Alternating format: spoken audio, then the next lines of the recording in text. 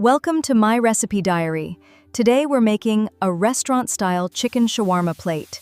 It's juicy, smoky, and packed with flavor.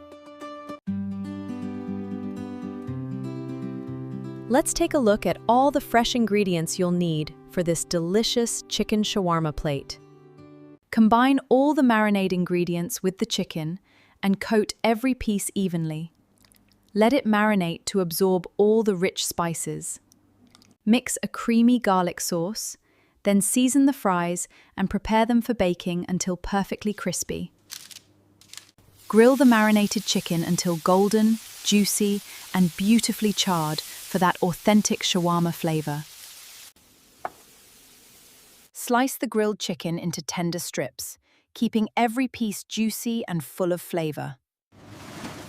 Cook the fries until crispy, and freshen up the plate with a colorful salad and crunchy pickles. Serve everything together on one beautiful platter for the perfect chicken shawarma plate. If you enjoyed this recipe, follow my recipe diary for more delicious recipes. Don't forget to like, share, and subscribe. Thanks for watching. And happy cooking!